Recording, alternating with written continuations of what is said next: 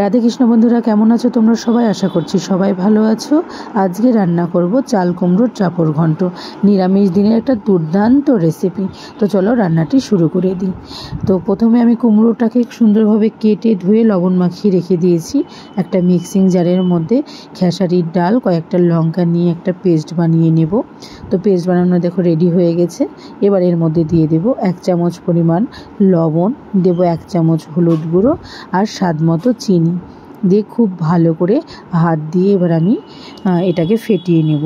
যতটা সুন্দর ফেটানো হবে ডালের বড়াগুলো কিন্তু ততটাই সুন্দর হবে। তো খুব ভালোভাবে মাখিয়ে নিয়েছি। এবার কড়াইটা গরম করে দিয়ে দিয়েছি সামান্য পরিমাণ সাদা তেল। এবার খুব ভালো করে ছোট্ট ছোট্ট সাইজ করে আমি বড়াগুলোকে এপাশ ওপাশ করে সুন্দর লাল লাল করে ভেজে নেব। তো দেখো ডালের বড়াগুলো কিন্তু আমার বেশ ভাজা হয়ে গেছে। আর এগুলো একটু বড় সাইজ করে নিয়েছি। তো যাই হোক, এগুলো আমি পরে ব্যবহার করব। ভাজাটা কমপ্লিট হয়ে গেছে। এবার এর মধ্যে দিয়ে দিয়েছি সামান্য সর্ষের তেল, দিয়ে দিলাম সামান্য একটু লবণ আর কয়েকটা কাঁচা লঙ্কা চেরা, দিয়ে দিলাম 5 ফোড়ন।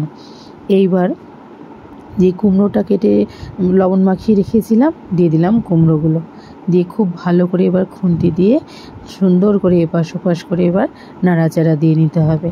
এর মধ্যে দিয়ে দেবো আমি হলুদ গুঁড়ো আর দেবো সামান্য পরিমাণ জিরে গুঁড়ো, দিয়ে আবার খুব ভালো করে নেড়ে চেড়ে একদম ভেজে নিতে হবে, ভাজাটা যেন খুব সুন্দর হয়। এবার দিয়ে দেবো আমি এর মধ্যে আদা বাটাটাকে দিয়ে আবার একটু ভালো করে সুন্দরভাবে নেড়ে চেড়ে ভেজে নিতে হবে। ভাজা হয়ে গেলে এর মধ্যে দিয়ে দেবো আমি স্বাদ মতো চিনিটাকে দিয়ে আবার একটু ভালো করে নেড়ে চেড়ে নিয়ে এবার দিয়ে দেবো আমার ভেজে রাখা ডালের বড়াগুলো।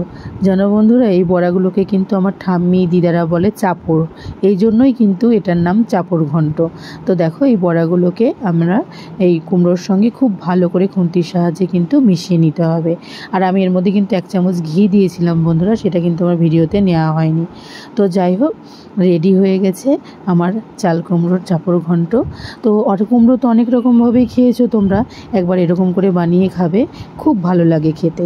কেমন লাগলো রেসিপিটি তোমাদের? ভালো লাগলে একটা লাইক, কমেন্ট, শেয়ার, আমার ইউটিউব চ্যানেলটিকে সাবস্ক্রাইব করে দিও। সবাই সুস্থ থেকো, সাবধানে থেকো। রাধে কৃষ্ণ বন্ধুরা।